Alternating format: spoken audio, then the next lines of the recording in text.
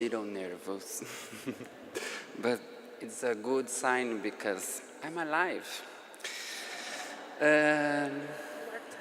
Okay. So, good morning.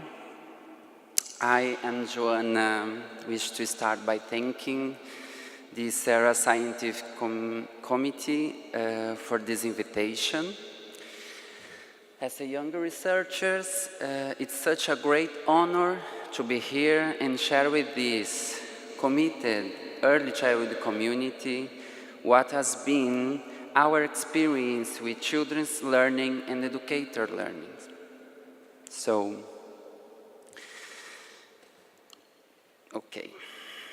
This keynote asserts the power of participatory pedagogies on making real children's right and educational day-to-day through the specific lens of pedagogy and participation approach. Thus, we begin by asserting the field of knowledge we sit in, the field of pedagogy, as a field in its own right. We recognize two ways for developing pedagogy, the transmissive mode and the participatory mode. And this keynote sits in the latter, specifically in the pedagogy and participation approach.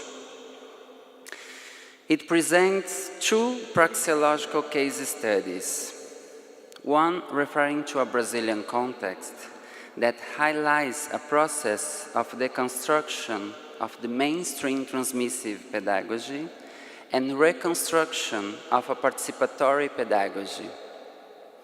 A process sustained by the pedagogical documentation that make visible the day-to-day of children. The other praxeological case study refers to a Portuguese context and narrates a process of contextual professional learning. It makes visible that a deep understanding of participatory pedagogies is reached when participation is experienced in a learning process.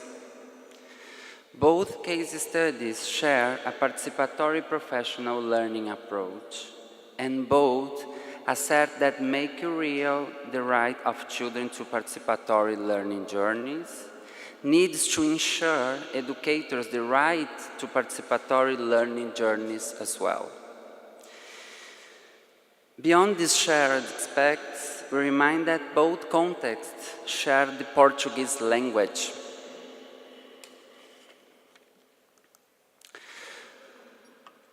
Okay. When we begin thinking about this keynote, we understood that both case studies should be present here, give evidence of the assertion of pedagogy as a field of knowledge in its own right. A field that knows its boundaries, but does not define them because its essence lies in dialogue and integration. Pedagogy is understood as a space of ambiguity and complexity. It results from convenient beliefs, values, and principles, from reflecting on a practice and from using knowledge and theories. Thus, as said by Julia and João Formosinho, pedagogy is sustained on a praxis. Praxis in the locus of pedagogy. And the educational day-to-day is the locus of praxis. The search for a pedagogical praxis is a search for a testimonial educational day-to-day that makes visible children and leverages professional knowledge. Reflecting on pedagogy is to reflect it on four stance. The paradigmatic stance, there is a view of the world, a view of the human being, a view of knowledge, sustained on beliefs, values, and principles. The epistemological stance, there is children's knowledge development, as well as educators' knowledge development. The theoretical stance, sustained on a theory of education that reflects images of child and educator, and conceptions of education. The praxeological stance. There is images and roles of child and educator, educational intentionality for learning, for teaching, conceptualization of the development of assessment and evaluation. Julia Formosinho asserts that epistemology of practice is the central reference for professional learning. It means that nature of this knowledge is built in interactive between the inheritance of childhood pedagogy, accepting the boundaries of cognitive representation of reality, and the knowledge built by educators. Indeed, pedagogy nurtures the nature of knowledge in constant movement, reason why assuming the connectivity between thinking and doing is of crucial importance to respond to social challenge. Thus, asserting the field of pedagogy is an ethical demand towards children's rights and towards educators' rights. To anchor these rights on speech only is not enough. Pedagogy convenes to make real this right is the educational day-to-day. We recognize two basic ways for developing pedagogy: the transmissive singular mode and the participatory mode, which is a plural mode. Of these two modes, only the participatory mode can answer to the complexity of early childhood education and answer to the child that's multidimensional and holistic. Participatory pedagogies are plural. They are built upon a worldview that is participatory, democratic, progressive. The great inheritance of the 20th century childhood pedagogy, with its authors and diverse participatory pedagogies approach, allow us to trouble the concept of mainstream pedagogy. This means we can find here the alternative pedagogies that assert the rights of children and educators. It also means assuming the complexity of pedagogy doing and having the support for a pedagogical transformation. Let us remind the following participatory pedagogical approach, such as some Italian approaches, Frenet movement, modern school movement in Portugal, Elinor Goldschmidt, and M. Pickler, and others.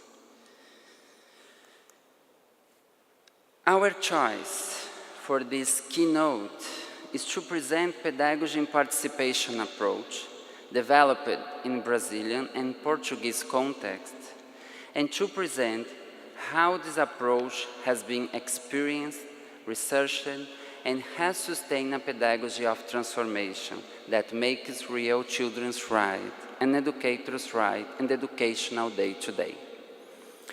Pedagogy and participation is a pedagogy of holistic and integrated nature. It develops a participatory praxis for both children and educators. Both children and educators are reconceptualized as competent, having agents, enjoy collaboration, as leader figures and co-authors of learning. This means, according to Julia Formosinho, to develop a solidarity teaching that is deeply connected with children thinking, feeling, doing. This means to develop a solidarity learning. To build such a praxis, the man creates critical awareness about the mainstream transmissive pedagogy. It means deconstructing its main characteristics, finding in this process of deconstruction the starting point to reconstruct participatory pedagogies.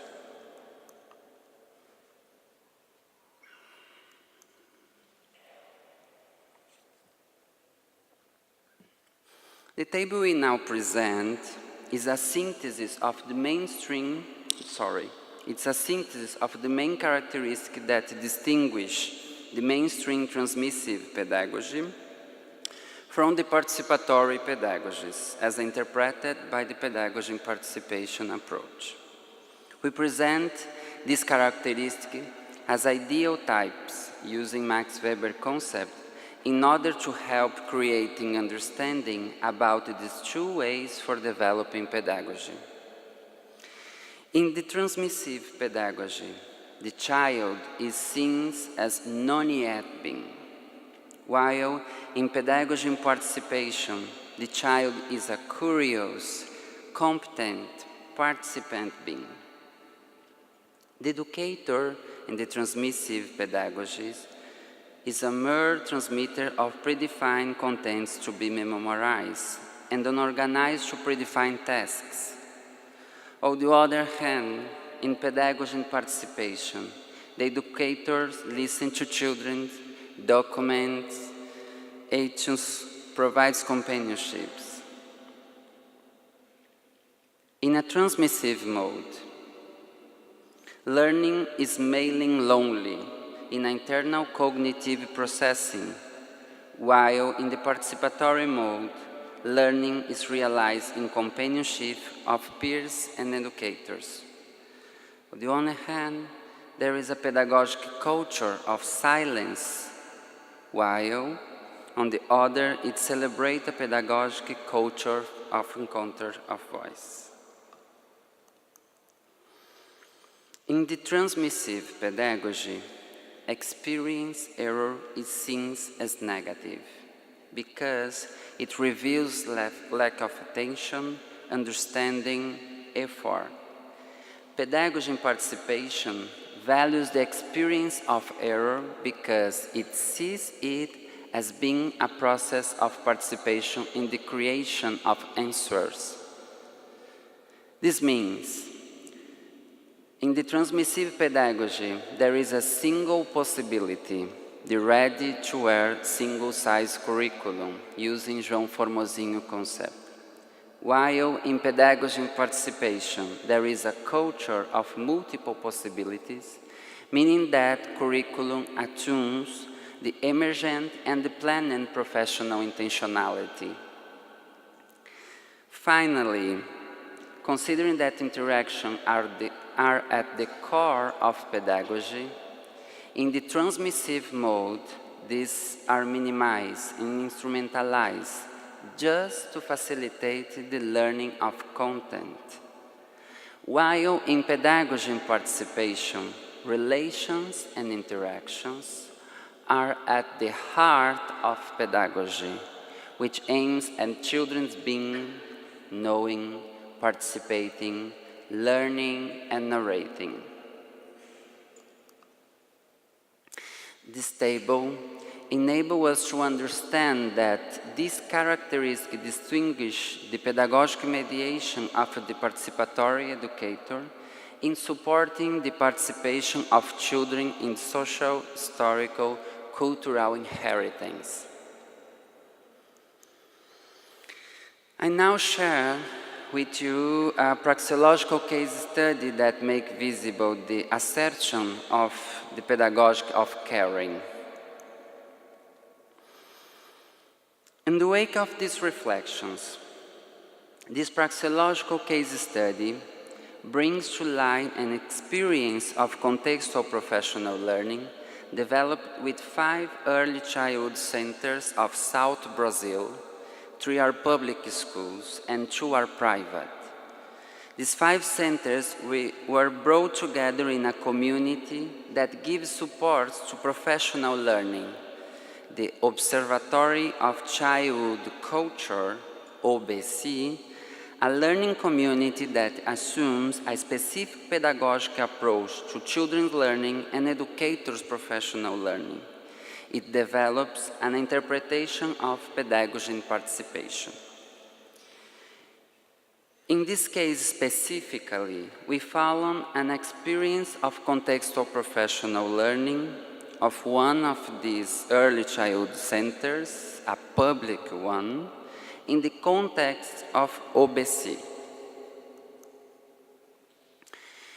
In the context of their professional learning, you are pursuing the question, how to make visible the role of children in the educational process, reconceptualizing the role of educators in order to build a participatory quality environment.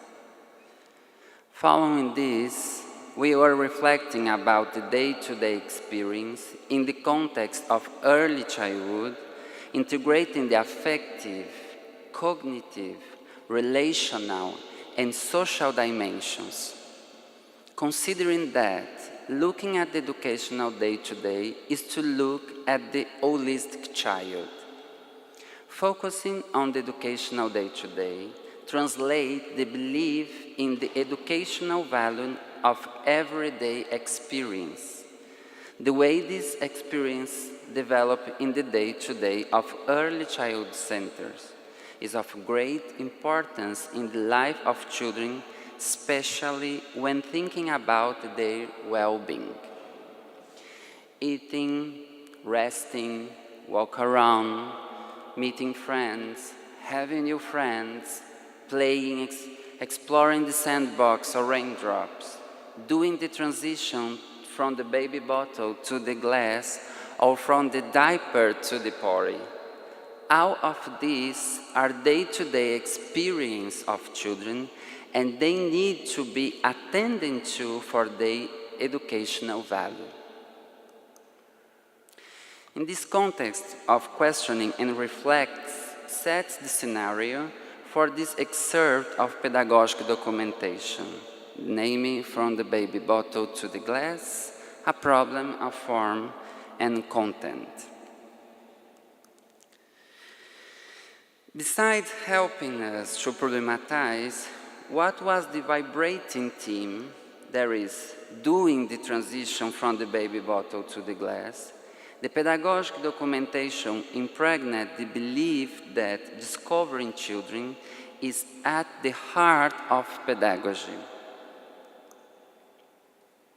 Inside the teacher's room, the educators were deciding about the specific day for all children and each one of them to do the transition from the baby bottle to the glass.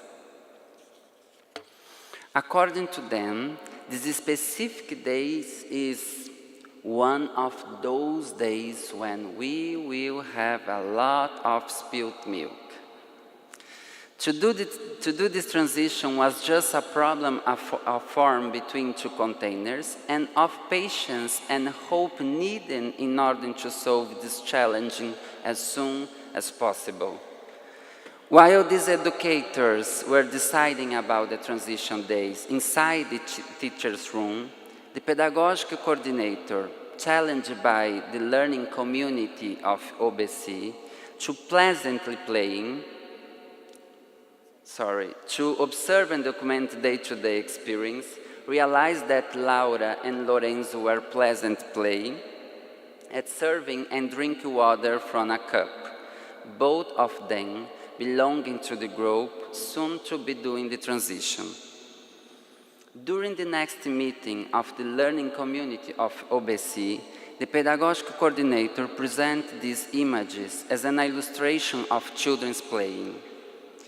The content of these three images were a vibrating theme to reflect about the role of the educator in a participatory pedagogy. Laura's and Lorenzo's play reveals that the Early Child Center is the right place to promote interactions and relationship between children and to make visible their competence to create their own affective, symbolic, cognitive, and social maps, as already asserted by Loris Malaguzzi.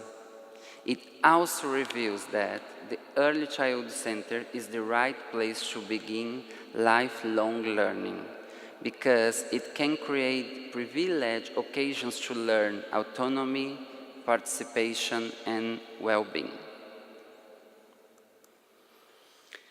The pedagogical coordinator, together with me, added a pedagogy documentation narrating Laura's and Lorenzo's play, so she could share it with all the educators back in school.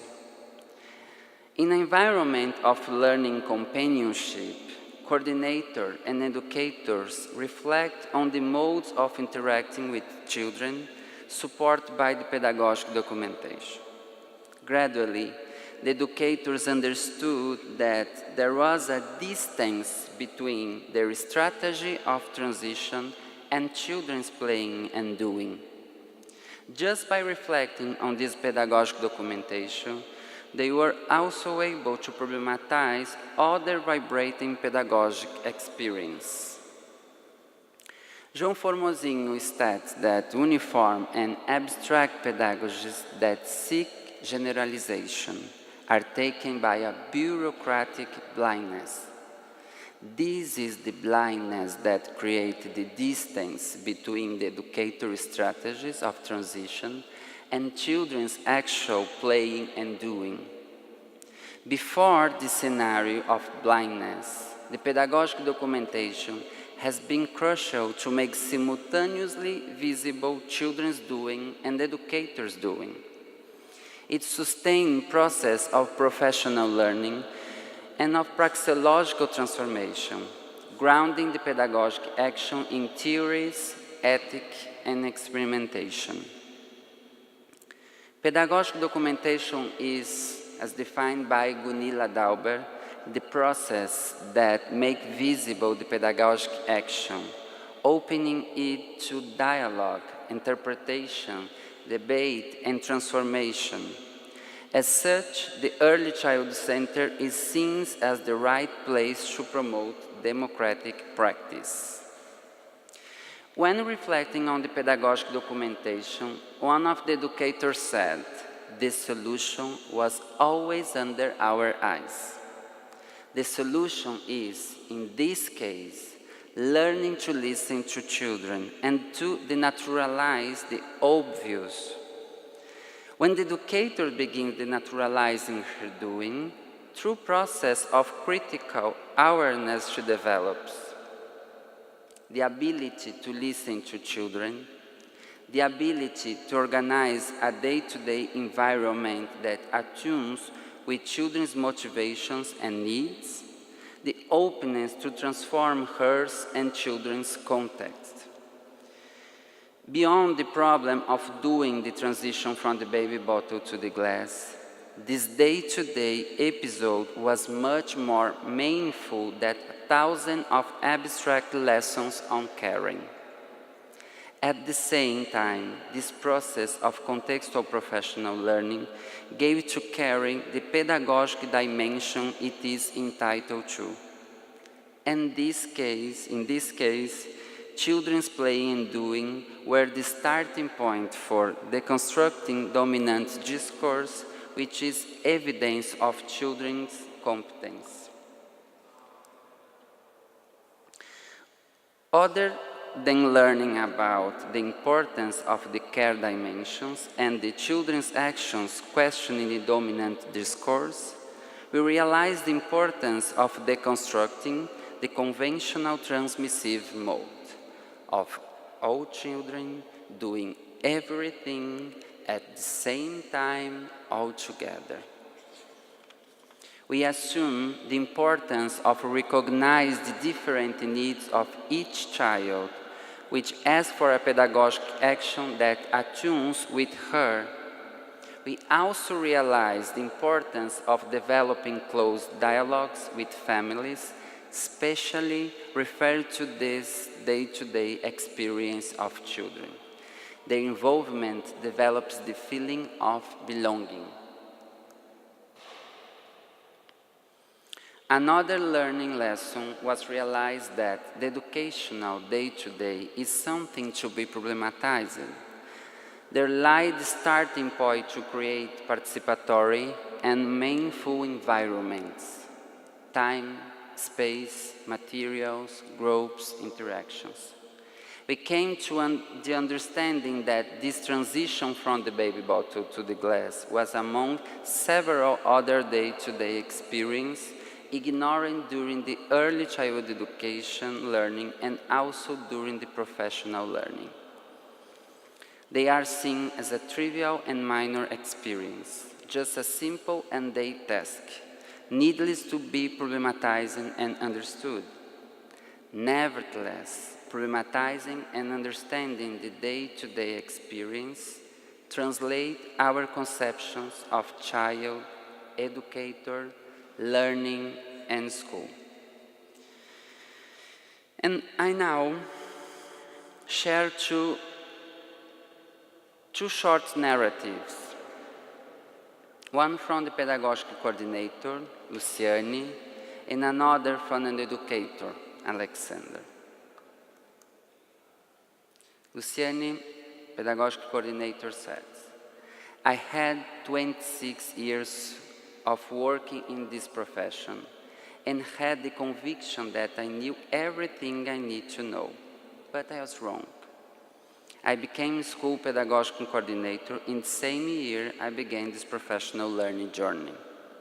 I've learned more during this journey than I've learned during the 2 academic courses. In our professional learning meetings, I've learned to suspend my certainties in order to listen to children. To know that each fortnight we meet to talk about life in school cheers me up.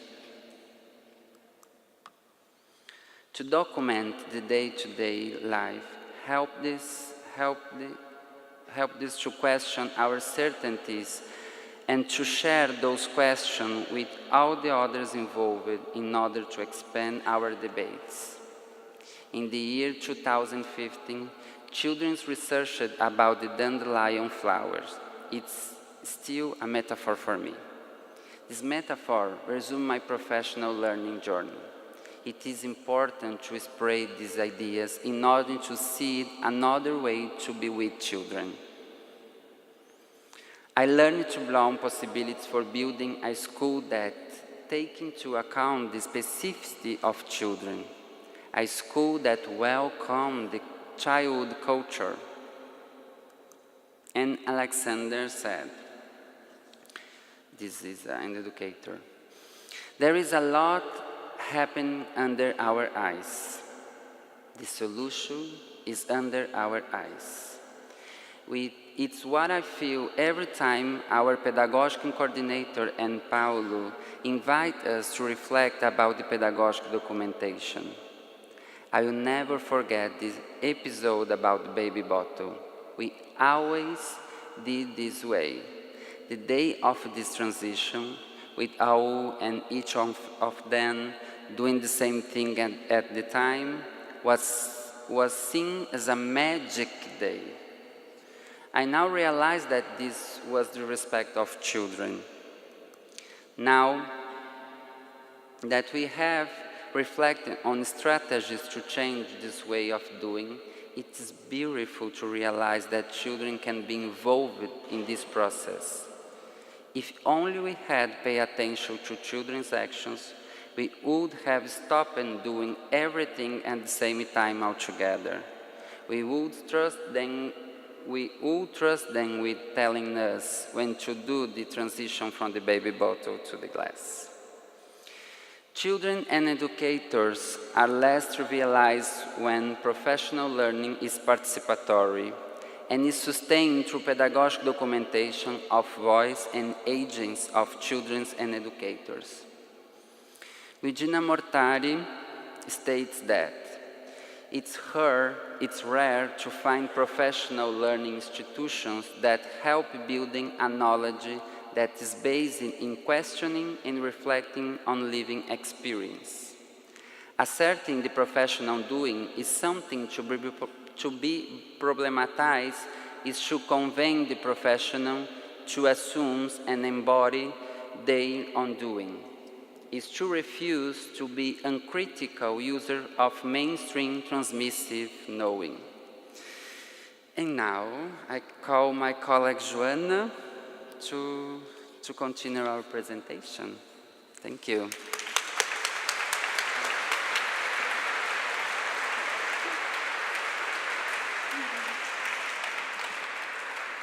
Thank you. So in the case study Paulo just presented, the educators had the right to experience a professional learning of another kind. A professional learning that institutes another way of developing pedagogy, which makes real the participation of children and educators in their educational day-to-day. This is a reconceptualization of professional learning. Thank you.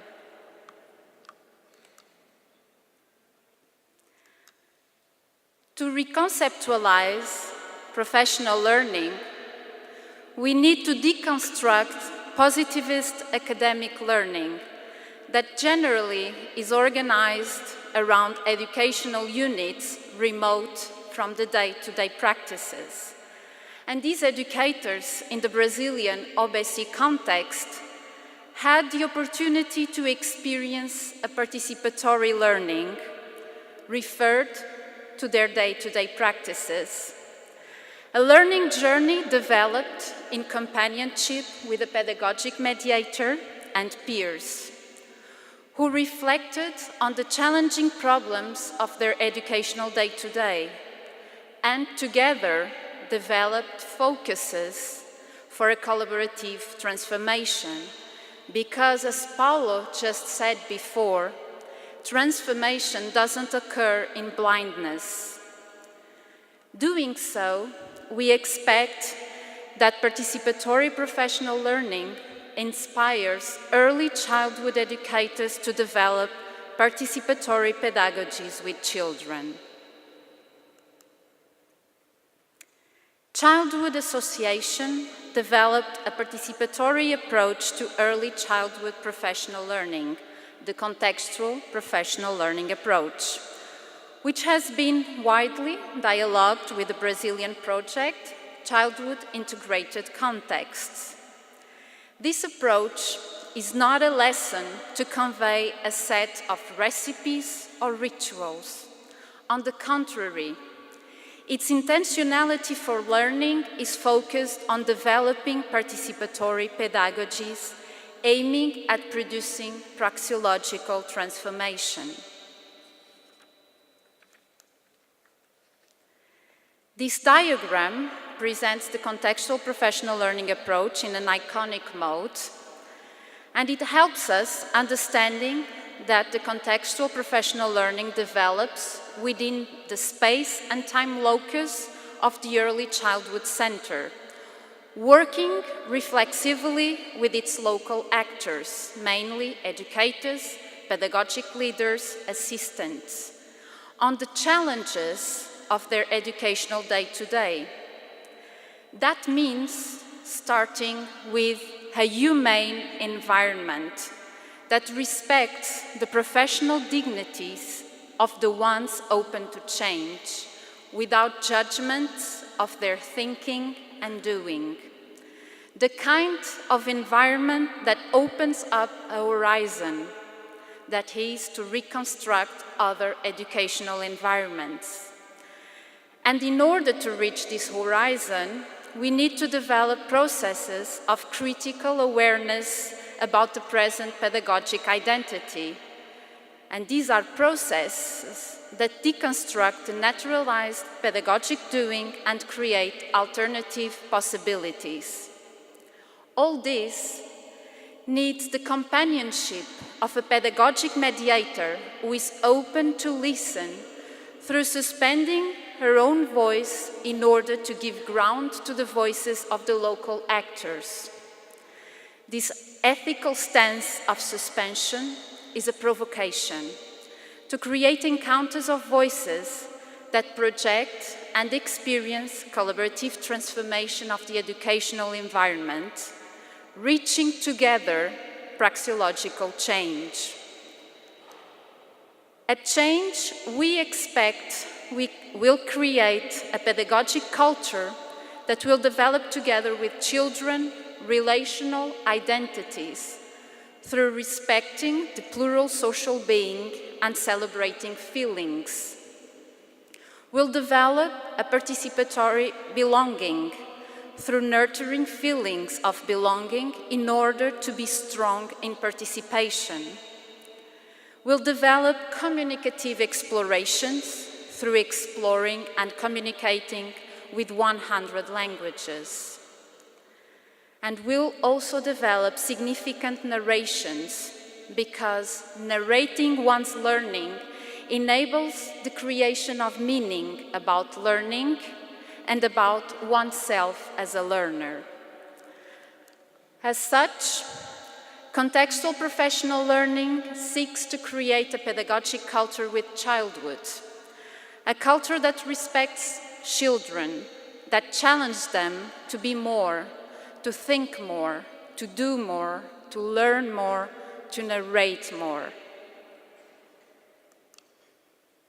And now I share with you a praxeological case study that I expect reveals the power of the participatory pedagogy.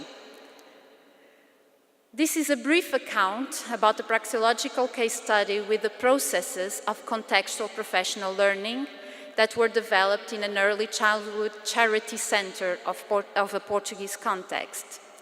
And this is an illustrative case study among 30 other case studies with process of contextual professional learning, all of them researching the transformation in action. This specific study intends to make visible that a deep understanding of a participatory pedagogy is reached when educators experience participation in their learning processes. This understanding is supported by systematic documentation of the voices at the core of pedagogy, educators and children. And this being a praxeological case study sustained on rigorous and ethical listening and participation of all the voices involved in the research, it's to these voices involved that I have given ground to narrate about the process of learning and transformation I now present. The beginning of this process required, right from the first encounter with the educators and the pedagogic director, that I developed an open, transparent, and empathic pedagogic mediation in order to create an environment of mutual trust and well-being that would support the commitment of these local actors with the process of learning and transformation. And the voice of Paula, this early years educator, reveals the importance of a pedagogic mediation that respects professionals and creates together with them collaborative commitments. She said, "We had hesitations. I think Joana never had that attitude of imposing herself over us. She respected us, she was patient, she knew how to explain what we were doing. This was the reason why we got really involved. Otherwise, we wouldn't believe on what we were doing. This wouldn't have happened if Joana didn't respect us and didn't wait for the time each one of us needed." The creation of an environment of mutual trust and well-being, as well as the acceptance of a collaborative commitment, made possible the development of a process of deconstruction of the pedagogic doing. Through the critical awareness and understanding of the pedagogic identity developed in the early childhood center and classrooms.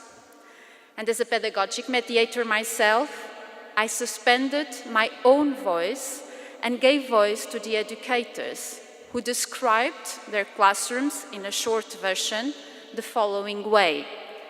Maria described her classroom as being a cheerful classroom, colorful, welcoming, happy.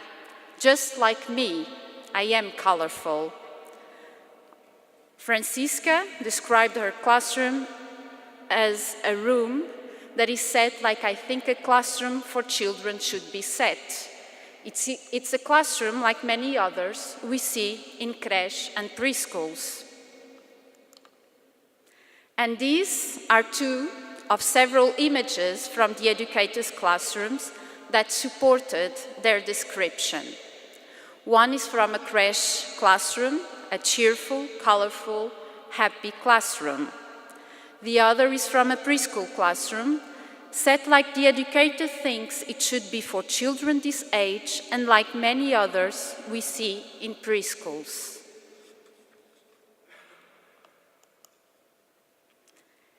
In this process of critical awareness, it is important to give voice to the local actors because through their own telling, they reveal images of child and educator and conceptions of education that can be questioned and dialogued. Because it is through questioning and dialogue that we provoke thinking and naturalized ways of doing, which gradually results in disquiet and motivation to create collaborative focuses to produce change. And this educator, Paulina, states about the importance of the encounters to share and reflect. Those encounters being a critical support to instigate the need of changing. With these moments of sharing and reflection we've been having, I felt the need to change the way I've been working so far. I understood that if I organize a better classroom, if the choice of pedagogic materials is thoughtful, I will be helping children to create, to express themselves, to feel. What we see here is that gradually there is a learning community emerging that is willing to project and experience the development of a participatory pedagogy with children. Here specifically, the pedagogy in participation. And along this process, the pedagogic director was actively involved, listening, reflecting, and also learning. She was reinventing herself as pedagogic leader, becoming also an active member in building this learning community and the praxeological transformation. She was understanding, according to her voice, that to help educators to be responsive to this process of learning and change, I had to involve each one of them. Sometimes we need to free ourselves of this role of being just a normal director to become a director in companionship. I also learned this concept.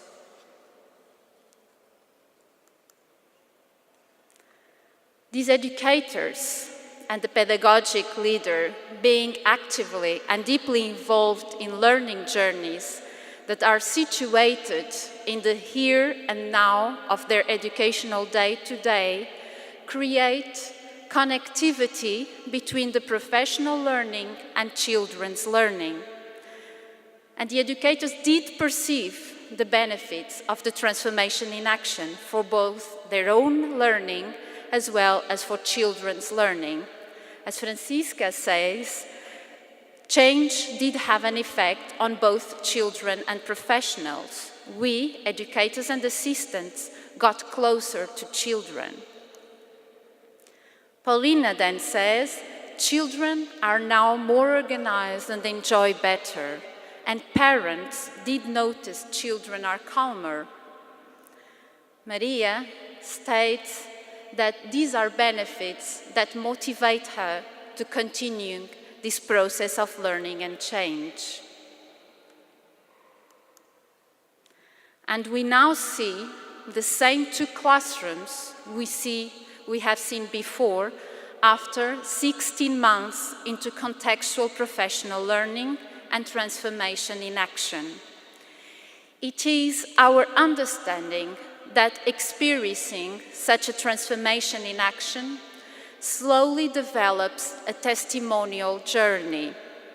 This means, as told by Paulo Freire, developing a pedagogic action impregnated in critical and ethical thinking, which asserts the respect for children's plural identities and the will to participate with them in the educational experience, an experience that is at the same time ethical and aesthetic, revealing that both educators and children are creators of learning and knowledge. And the testimony of this assistant, Karina, who experienced together with educators and children the transformation in action, gives strong evidence of the professionals' wonderment at discovering another image of child, a child who is competent, has agency, is creative, and another conception of pedagogic day-to-day and of learning, both being relational, co-participated, testimonial. As Karina says, pedagogy and participation meant a great improvement for all of us. For the institution, because parents are pleased with the change. They now participate more. They have seen more organization in the classrooms and in the routines. For us, both assistants and educators, there was an improvement because there's a previous organization of work, of spaces. The improvement was, but this improvement was mainly for children because they are free to make choices, free to use different materials from nature or waste materials, allowing them to be more creative. They participate in decision-making, they reflect in group about what they do, how they do it, and the result. They feel they participate more, they are more autonomous and creative. They know very well what they'll do, they know the routines. They know the classroom is a place of working and sharing. Experiencing participatory learning journeys that distance themselves from a ready-to-wear single-size curriculum constitutes a generative mode for developing a deep understanding of this other pedagogy. A right approach pedagogy that celebrates awareness in Christine Pascal terminology, referring to a us that means we are together in the learning journey, either in group or individually. And I now share with you the pedagogic documentation of the experiential learning of a child, Diane, as being illustrative of the professional learning of an educator who reconstructed her professional identity, an identity that now is open to listen and to dialogue with children through documenting their voices, agency, feelings, in order to make them visible and to know them. A knowledge that makes possible to build together with children learning journeys that celebrate awareness. So during the time of activities and projects, Diane expressed her interest in knowing more about bees. She was challenged by the educator to do her research at home, and she did it together with her sister. They collected information from books and the internet, and then Diane shared this information with her classroom group, revealing what she has learned. And she said, unlike what I thought, I found out that bees don't eat honey. They eat the nectar of flowers. They produce honey for us to eat. I learned that bees only live 2 months and the queen lives longer. Their home is called hive, and that's where they produce honey.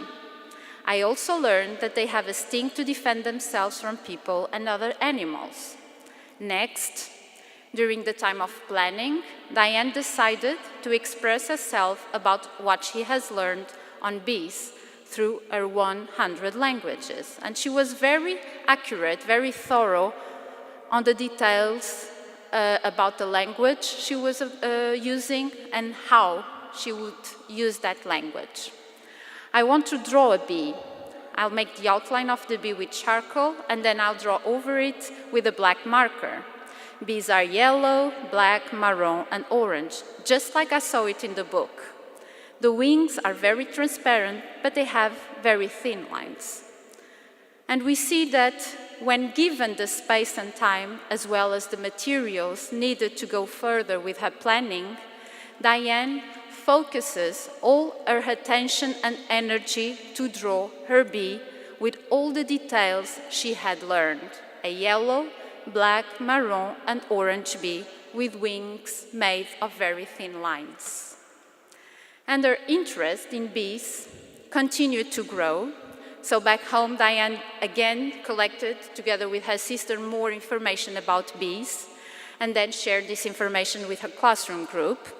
And her determination motivated a small group of her peers to build a hive together with her. And they mold together a hive, and while giving shape to the hive, Diane again narrated about all she knew about bees. And then she decided to mold 2 bees. And what we see here is Diane being again very accurate and thorough about the way she's going to develop what she wants to do. I want to add a crown to the bee queen, so we know she's the queen. The other is smaller because she works a lot and only lives 2 months, while the queen lives much longer. Because she documented Diane's voice, feeling, and doing, Laura, the educator, realized that the pedagogic documentation is an anchor to mediate children's rights in the pedagogic day-to-day. She said, "I think that what we have learned is that the most important thing for the educator is the reflective documentation, reflecting about our doing, observing, listening, documenting, and reflecting about the opportunities we are creating, about the learning environment. The most important thing for the educator is to know if children are learning, if they are motivated for learning." As such, pedagogic documentation is a mode of making visible and developing the plural identities of children, but also a mode of developing a professional identity committed with a childhood participatory pedagogy. Contextual professional learning as learning in companionship, supported by pedagogic documentation of children's and educators' voices, is necessary to make real children's and educators' rights. Entering now in the final notes that we hope will open new dialogues, we'd like to highlight some points which are simultaneously a sum-up of what we just presented, as well as an assertion of our beliefs and our ethical commitment with making real children's rights and educators' rights in the educational day-to-day. Firstly, this keynote asserts that pedagogy is a field of knowledge in its own right, that refuses to be colonized. Julia and João Formosinho assert that pedagogy as a praxis is rather a fusion of knowledge than a mere application of knowledge borrowed from other scientific domains. As such, pedagogy calls for an architecture of dialogues. Here referring to Julia Formosinho metaphor, for whom a rights approach pedagogy develops in synchronic companionship of professional peers, children, families, researchers, as well as in diachronic companionship, recognizing that we stand on the shoulders of giants who sustain the stances of pedagogy. As such, it assumes a rich cultural participatory pedagogy inheritance that leads us to dialogue with authors who develop pedagogic theories like John Dewey, Loris Malaguzzi, Célestin Freinet, Paulo Freire, Jérôme Brunner, among others, and leads us also to dialogue with participatory pedagogic approaches, already mentioned before by Paulo, but here particularly with pedagogy and participation. Secondly, this keynote asserts that participatory pedagogies, children's and educators' learnings and rights are better understood when experienced through transformation in action. And both praxeological case studies here presented focus on researching transformation in action through the lens of pedagogy and participation approach, both for children's learning and contextual professional learning, and on developing the educator's learning in connectivity with children's learning. So they both reveal two essential points: connectivity and pedagogic documentation. The first point highlights that the connectivity of childhood pedagogy and professional learning pedagogy becomes a dynamic force for the promotion of a children's rights approach. In this context of connectivity, educators begin experiencing transformation in their educational day-to-day. They give their first steps towards praxeological transformation through reconstructing gradually educational environments that are inclusive and participatory. Thus, participating is the premise that connects the mode for childhood education to the mode for professional learning. We are before a professional learning that is of another kind, because it provokes surprise, wonder, fascination for being honest, reflective, useful, and empowering. As told by João Formosinho, this professional learning is thought as a project rather than mere transmission of contents. When learning is thought as a project, the contents are progressive, interactive, significant. A project integrates a curriculum of contents with a curriculum of processes that create connectivity between thinking and doing. Finally, the second point highlights that pedagogic documentation is an anchor to develop connectivity between professional learning and children's learning. It is our understanding that pedagogic documentation is a means for reflecting and projecting based on the children's experience in their day-to-day. It is as well a means to create memory on the theories children and educators build during their learning journeys. As such, it is simultaneously a motto for learning and for making visible the invisible thinking of children and educators, as stated by Gianfranco Staccioli. Pedagogic documentation is also a means to consent the holistic child, and this means to consent ourselves the surprise and the pleasure with children's narratives. Showing wonderment at children might be an important motto to transform the image of child that has been naturalized along history, this child as a non-yet being. Carla Rinaldi alerts that our present cultural reality is provisional and hybrid. So if we want to answer to the challenges of today's society, we need a pedagogy that listens and creates answers with children. In both praxeological case studies, pedagogic documentation has been central to help seeing, reflecting, understanding, and transforming the educational day-to-day. It has been as well central to sustain the processes of professional learning because it welcomes and makes visible the children's voices, the educators' voices, as well as the voices of the cultural participatory pedagogic inheritance. It is our understanding that pedagogic documentation makes visible that the empowerment of children is connected with the empowerment of educators. So we are standing before demanding challenges, but these are the challenges that assert our civic duty and help us pursuing what Jerome Brunner already advocated, a more honest school to live life. And we thank you very much for your attention.